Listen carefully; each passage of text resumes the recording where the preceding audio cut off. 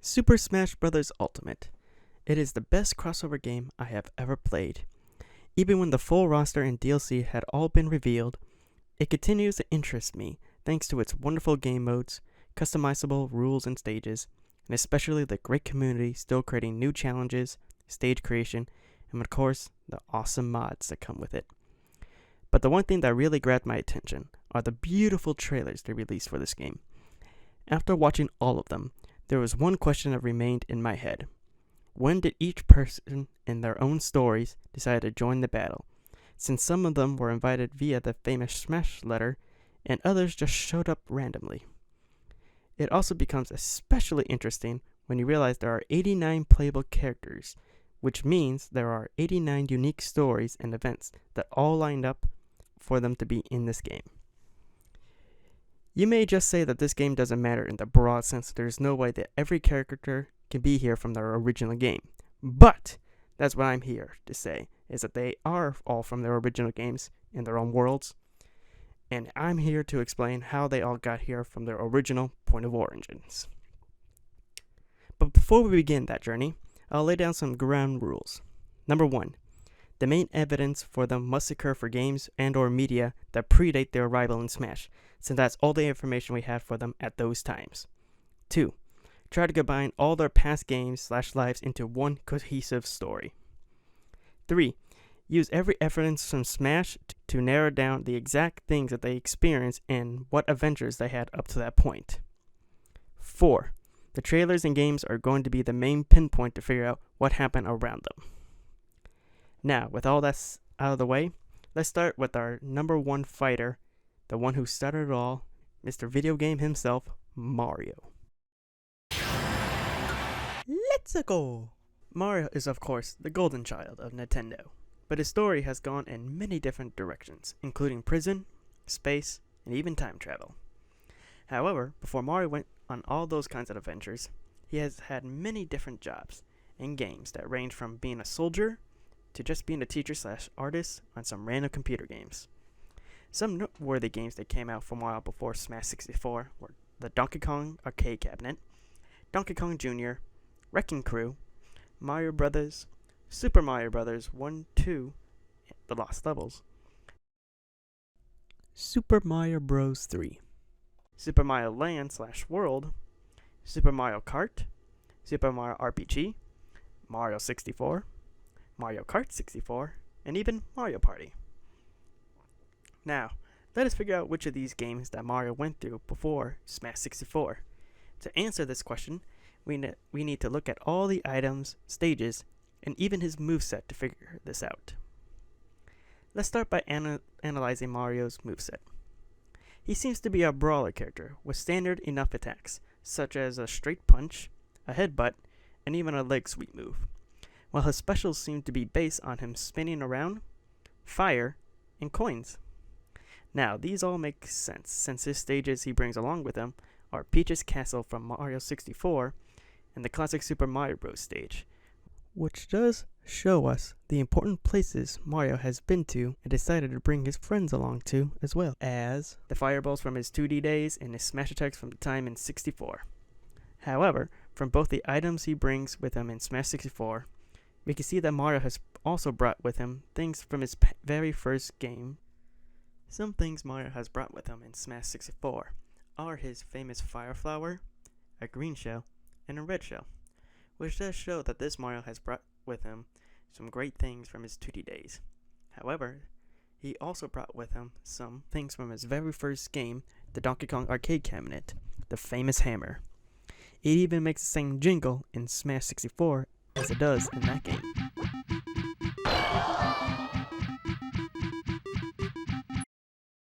Finally, we come to his trophy description that gives us even more information about Mario's past jobs. Now this is important since it says that Mario has been a referee at this point, as well as a doctor and a driver. Now these are important since it tells us about what kind of skills Mario had brought with him at this time. Since the trophy specifically called out that he was a referee and a driver at this point, I think we shouldn't overlook the fact that Mario definitely picked up a few skills from those hobbies, since being a referee for the championship match of the Punch-Out series, Mario was sure to pick up a few tips on how to fight like the professionals do. So, the story of Mario as a Smash 64 was that he was a construction worker working underneath Foreman Spike. Then, out of nowhere, Donkey Kong shows up and begins terrorizing the place. Mario, after defeating him, captures him, thus leading him to finally do something he always wanted to do: quit his job. After doing so, he puts DK up on display so that he can earn some money, to only be foiled by DK's son, Donkey Kong Jr. Mario, now filled with despair, must go back to his old job to only be ridiculed by his old boss. Mario, longing for the thrills and excitement he once felt, decides to quit his job and pursue one of his passions. He then becomes a referee for the WVBA, where he watches the best of the best fight it out. This is where Mario's passion for fighting was cemented, leading Mario to pursue more of his dreams. He then decided to pursue his dream of becoming a plumber, and went to work on the pipes in the games Mario Brothers. This is where he found many strange creatures, such as meeting the Koopas for the very first time. Curious on where they were coming from, he followed the pipes and ended up in the Mushroom Kingdom. This is where the main plot of the Super Mario Brothers takes place. After this event, Mario decides to see all the wonders of this world, leading to many other games. When that was said and done, he decided to relax a lot more and took on racing as a hobby as well. Later on, he lived a nice peaceful life. However, he had the urge to fight again, leading him to seek out the one true powerful creature known as Kirby. Finally, this leads us to the opening of Smash 64, where we see Mario face off against Kirby. Now that there is no story within Smash 64 for Mario to experience, let's move right along to Super Smash Bros. Melee, where things get a little bit more complicated than last. Here we go!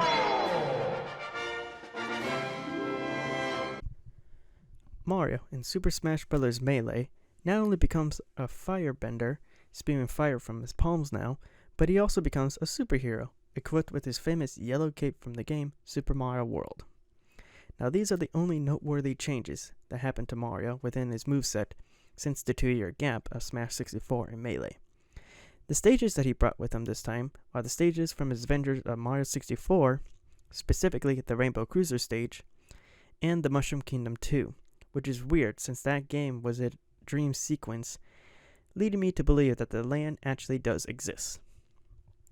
Next comes Mario's trophy description, which does give us more information about Mario's personality and even explains some of his alts, since one of his alts are his original clothes from the arcade cabinet Donkey Kong. They also confirm that Mario does have a more sinister side to him, since they do say he was a villain in a game. Which game, you may ask? Well, it's none other than a sequel to his original game, Donkey Kong, which is Donkey Kong Jr. We would go more into detail about that during Donkey Kong's story arc, but the main takeaway of this was that Mario captured DK for the amusement of the public. But more recently, Mario has been pretty laid back overall, since all he's done since Smash 64 was throw better parties for him and his friends, as well as a few rounds of tennis. Some of you might be saying right now, well, what about the Paper Mario series that got released? Well, later on in the Paper Mario's game series, it was later revealed that the whole Paper Mario world is just in a storybook within the Mario and Luigi series, so it doesn't really impact our Mario from Smash. I will note, however, that there are at least 4 different types of Marios in existence, and I'll explain all of those different types of Marios later on when we get to Dr. Mario's story. So at this point in the story, Mario has been battling in Smash for years now, and after a while, he decided to get back home. They heard that his brother Luigi won a mansion. Jealous of this, he headed out for it only to get trapped by King Boo, leading to the events of Luigi's mansion. After he got free, Mario was filled with rage and had to let out some steam, but he had to report back to Peach for his daily duties of protecting the Mushroom Kingdom. Little did he know that this rage will soon power up his fists to use fireballs at point blank. But, unknown to him, was that his rival was hot on his heels, heading towards Peach's castle with a surprise of his own. Now, let's move on to Mario's story in Super Smash Bros. Melee. Luckily, this time, in Melee, there's a mode called the Adventure Mode, where all the characters take on one story. Now, it's difficult to say who does what in this since every person does the same exact story, but we'll try our best here by using the backgrounds and or the elements from each person's games to identify where these characters have been from and what they were doing at this point. If we look at Mario's part of the story, we see that for some reason, he's at a golf course. And in the middle of the golf course, Toads are in panic right now, which means that a major disturbance has happened. But it's not kidnapping Peach, because as we see in the Melee's intro, Peach has not been kidnapped. However, we do see that Bowser is getting powered up and is ready to fight in a new and horrific way. This prompts Mario, Peach, and everybody else to pursue Bowser in this unique adventure mode. After defeating Giga Bowser, Mario was still not satisfied. He still had this anger and rage built up within him that drove him to continue fighting more and more, facing harder and harder challenges, to eventually even challenging Giga Bowser again with the 3 Legions of Evil as well. Peach, seeing this, in order to keep everybody safe, she must hold a tournament to prove who is the strongest, thus leading us to the events of Super Smash Bros. Brawl.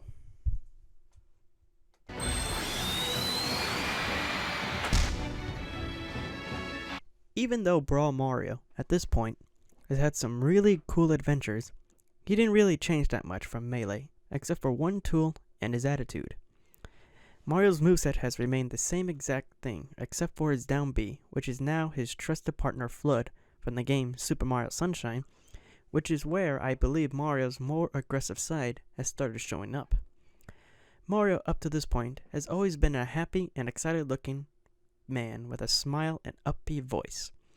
But now, after his time in prison and community service, it left him with so much anger towards the world that he just started using his cleaning tool as a weapon. However, at this point, he also went on many other amazing adventures, such as the Galaxy games, the Olympics, and even a return to form game with the new Super Mario Bros. For the Nintendo DS.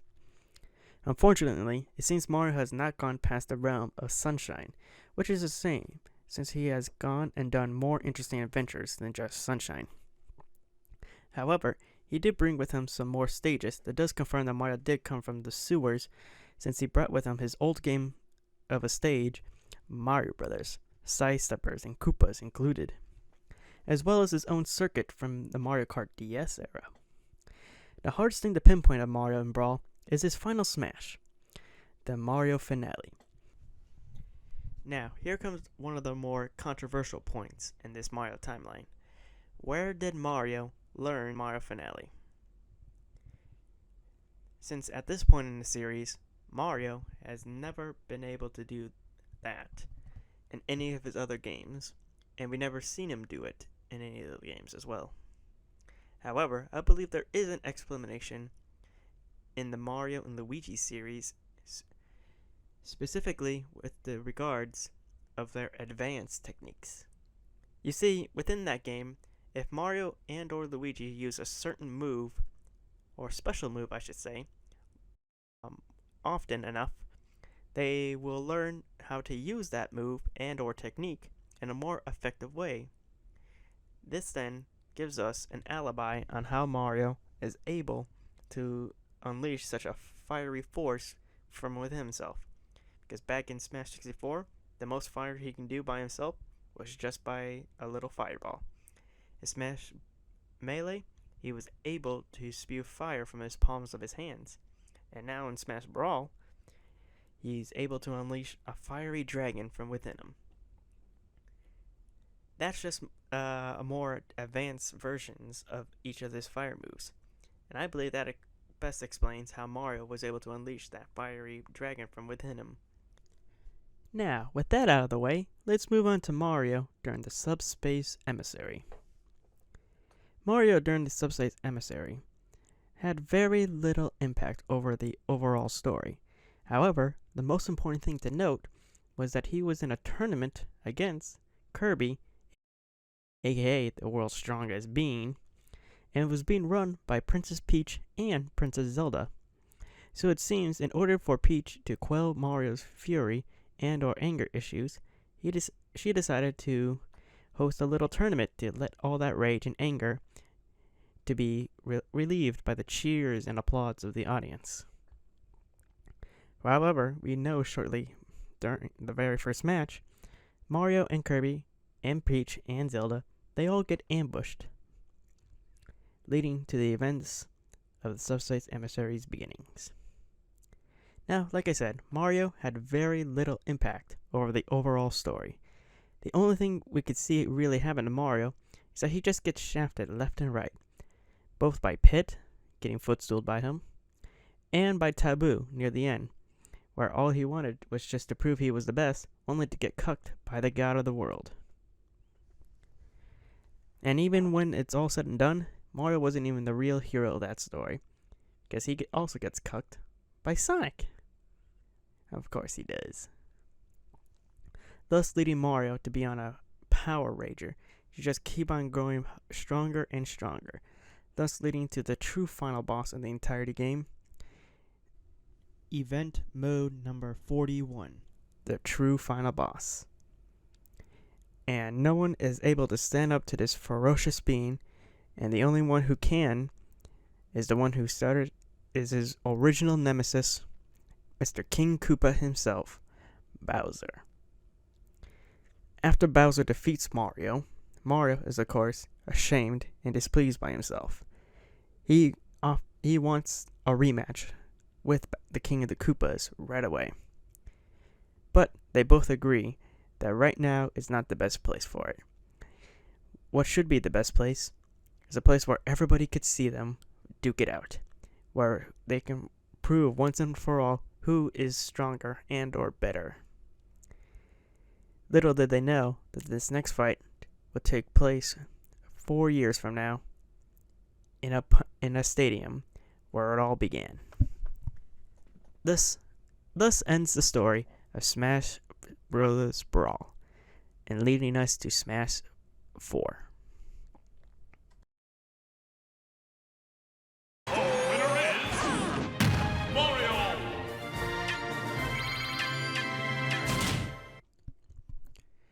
Now, this is where things get more interesting. Since Smash 4 doesn't release until September 13th, 2014, we still get to see the story of many characters thanks to the new trailers they started releasing for the game. The first one that they show was shown at E3. This is where we see a brief glance at Mario and Bowser, both looking ready to beat the everlasting fuck out of each other in a boxing ring owned by the WVBA. However, shortly into their battle, they were interrupted by their first newcomer of the series, Villager. After the surprise attack, Mario and Bowser turned their intentions towards him and just beat the living hell out of him, until he started talking about why he did that. After a while, they broke him, and he said the words, "More are coming, you're gonna need them to get stronger." After hearing this, Mario and Bowser both looked at each other and nodded. Their match has been postponed until further notice until they track down everyone else who's coming. This is where the story of Smash 4 starts. But first, let's take a quick look at how Mario has changed since the last game, because boy, he's gotten a lot faster.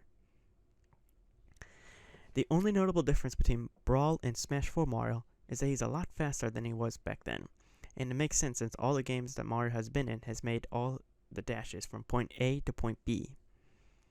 He also expanded his sports interests, which no doubt has helped him reach this new level of speed and agility, especially after he defeated a Final Fantasy boss with sports. Some other examples of Mario's new capabilities are the 3 Olympic Games, the Winter, the London, and the Sochi Games, Mario Kart Wii, Sluggers, the new Super Mario Bros. Wii, Galaxy 2, Mario Sports Mix, 3D Land, Mario Kart 7, New Super Mario Bros. 2, Super Mario U, 3D World, and finally Mario Kart 8. It seems like at this point Mario had made a habit to bring one of everything with him from his hobbies, because references from all these games, with the exception of the Olympics, can be found. Some examples are bullet bills from Mario Kart 8, fire bar from his old platformers, golden hammers from Wrecking Crew, a POW block item from his older game Mario Brothers, and even the dreaded blue shell from Mario Kart. Now that we know where Mario came from, let us get back to the story. So it seems like Mario has gone hunting for more people in order to become stronger. Within his search, it led him to his closest friends to the canyon, where he met an unfamiliar face high above them. At first, he seemed weak, but then he started pulling out some serious firepower near the end when he saw saw blades and fire bursting all around them. After recruiting their new ally, Mega Man, the crew realized how much more they needed training in order to keep up with the surprises of these newcomers. So they decided that they all will take a class together to strengthen their core. However, once again, the next newcomer surprised them by being their instructor and were caught off guard by the power they held. This is where Mario and friends went on a very intense training with their trainers, both the male and the female Wii Fit trainer, and got so sore afterwards that they needed to relax. So he invited the usual crew and Kirby to go out and race on Mario's favorite racetrack, Rainbow Road, from the 3DS era. But again, they were interrupted by another newcomer, only this one was very familiar to them, and possibly their most powerful ally yet, Rosalina and her army of Lumas. After their realization was over, Mario continued his search once again. It led them to the canyon where, out of nowhere, Charizard, by his lonesome, attacks Mario. Mario was ready for a fight this powerful foe, and got interrupted by a sneaky newcomer known as Greninja. Their battle went on for hours until nightfall dropped over them, where Mario was victorious but exhausted. Mario, wanting to rest, is unable to because another lifelong enemy, Bowser Jr., has appeared to fight him, while he's in a weakened state. Mario couldn't handle the firepower nor the drills of BJ, and is on his knees trying to get back, only to look up and see that the threat wasn't only just one, but it turned out to be 8. That's right, the entire Koopa hierarchy has come to fight Mario and his allies, hoping this time that Mario can finally be defeated. To Junior and the Koopalings' surprise attack, Mario and his teams are well equipped to handle them now, and the crew pounded them down to the ground and offered them a spot to be here and train with them. After sparring Bowser's son, Bowser met up with Mario to see the progress that they made, and found out that they are missing only one person. And apparently this person is stuck in the past, and the only people who existed in the 8-bit era can retrieve him. Mario and his 8-bit friends went back to the past to finally collect their final ally that will make them whole. That's when they found the Duck Hunt duo. They weren't sure they have found the right people, seeming that it is just a dog and a duck, so they decided to test them to make sure that they were the ones they were here for. It wasn't until the battle had started that they realized that there was actually a secret third person with them that's never actually shown, but is tied to them, making the Duck Hunt trio. After the fight, they realized that they do indeed have all the members here, and set out to train all together. Now, at this point in the story, Mario and the others have joined the fight, and realized that everyone had their own special way to fight. They then begun to learn from one another to see how they can manipulate the different elements, as well as weapons that they have. They also traded secrets on their clothing and made improvements to them to make them faster and or heavier. This led to everyone to learn from each other, to grow together, to get stronger from each other, causing everyone to learn new special moves, leading into the best part of Smash 4, the custom moves. Mario learned how to control the size of his fireballs, figuring out how to use his cape for both wind and electricity, harness his fire powers into his super punch into explosives, as well as increase its range, but loses its final hit, And finally, he can use fire on his buddy Flood for scalding water or increase the pressure of Flood. With these newfound powers, Mario went to go challenge the masterminds of this performance, the Hands. Shortly into their battle, Master Hand gets defeated, unleashing the hidden demons within Crazy Hand. This then reveals a series of black matter spewing out of him, forming into many different shapes. The first one being a giant, second one being a weird beast / dog creature. Third one is multi-swords, 5 in total, and finally it's the recreation of Mario. After he defeats his own dark reflection, the darkness morphs into a maze of evil that manifests creatures from all the realms and uses them to protect its heart, known as swarms. After pummeling through all the darkness and acid, Mario finally makes his way to the heart and destroys all the swarms that surrounds the actual core that needs to be launched far, far away so that everyone can finally rest. However, even after defeating this powerful foe and destroying its heart, King Dedede steps up and says there's even a greater foe coming, and that we're still not strong enough. More will be coming. Be ready by November 1st, 2018. This made everyone train as hard as they can, and while they were training, more fighters did appear, and each one was stronger than the last, till finally, the one that proved them to be too strong to anyone to handle, causing everyone to be angrier and more aggressive than ever. Finally, tired of all the training, and everyone needed to get back to their own stories as places of origins, prompted Mario to get an idea. He decided to build a signal so big and bright in the shape that everyone will recognize, and as well as know as, that when it's time for everyone to come back together for the new threat that will be coming, they will know they need to be, it's their summoning signal. This is how the story of Smash 4 has ended, and will be picked back up by March of 2018. Mario wins!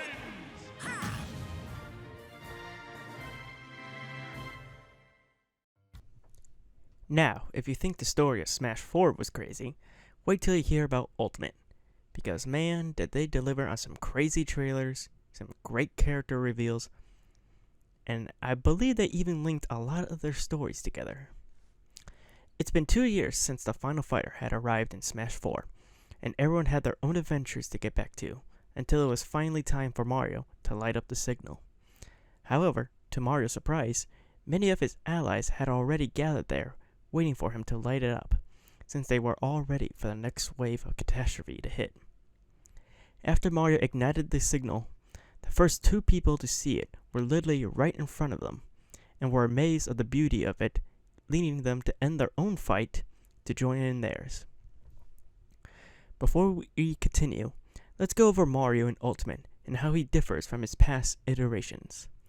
The main difference with this Mario is that he seems much more happier and friendly from before, since 2 of his taunts have changed from something that seems show-offy and mocking the enemy into something much more cheerful, a nice thumbs up, and him showing off his new buddy Cappy from his most recent adventure, Mario Odyssey.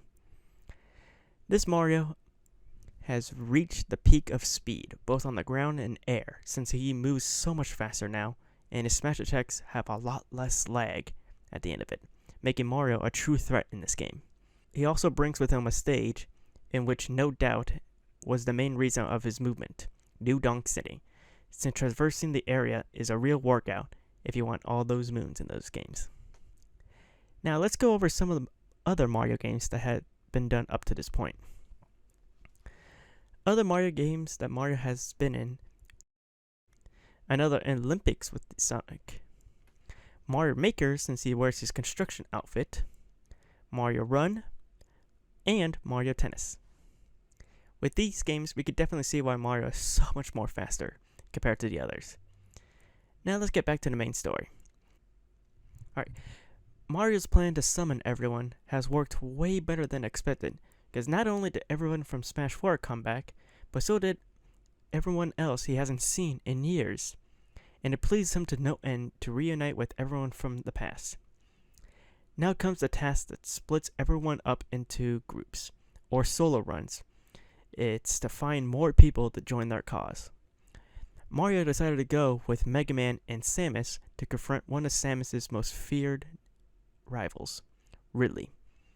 When they arrived at the last known site of Ridley, they weren't prepared for how bloodthirsty he was, and took out both Mario as well as Mega Man, and took Cappy hostage. Luckily, Samus turned into Zero Suit and was able to defeat Ridley, allowing their alliance to gain a very powerful foe. On his way back from the adventure, Mario went by his old grounds of the Mushroom Kingdom U to find not only his brother, but also all the local Yoshis to be in a weird dazed and confused state. Mario, being curious about the situation, looks around to find the cause and encounters just a simple piranha plant. Mario, hoping to knock away this regular counter, is quickly caught off guard by the plant's sudden mutants and combos that came out of nowhere from it. Mario, dazed and amazed at the sudden power of this one plant, he hoped that this plant would join in their cause, but then he realized the plant was unable to hear his words, since he has no ears, causing the plant to be so late to the party in training. At this point, everyone has gathered at the cliffs to see that the energy has formed there and formed a creature of pure light. If what Martha has said is true, it spawned over 640 clones of Master Hands, and everyone is ready to battle until Galeem captured everybody and turned them into trophies, leading to the beginning of the story mode known as the World of Light. Now, the actual adventure of the World of Light seems more of a choose-your-own-adventure game, since at the very beginning you get the choice between saving Marth, Villager, or Sheik. However, we do know that Kirby has to save Mario at the very beginning, since he comes before the major decisions. So we can assume that Mario has joined Kirby on this adventure throughout pretty much the entirety of it. Now there comes something I would definitely question as controversial, but I do believe some of these trailers that have been released were happening during the World of Light campaign.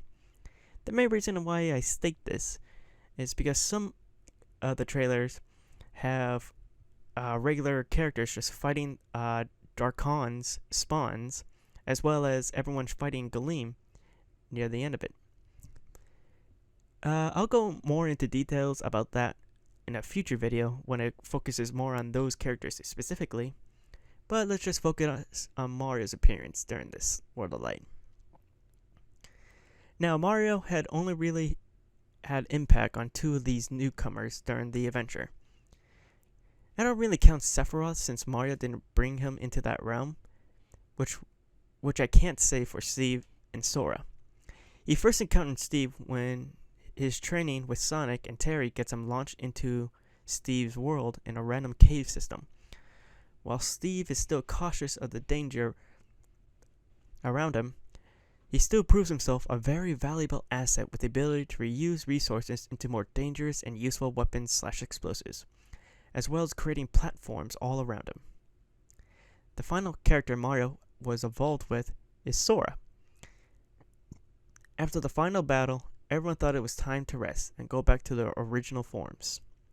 However, everyone had wanted to go back to the place where they all loved, as well as sparked this adventure in the first place.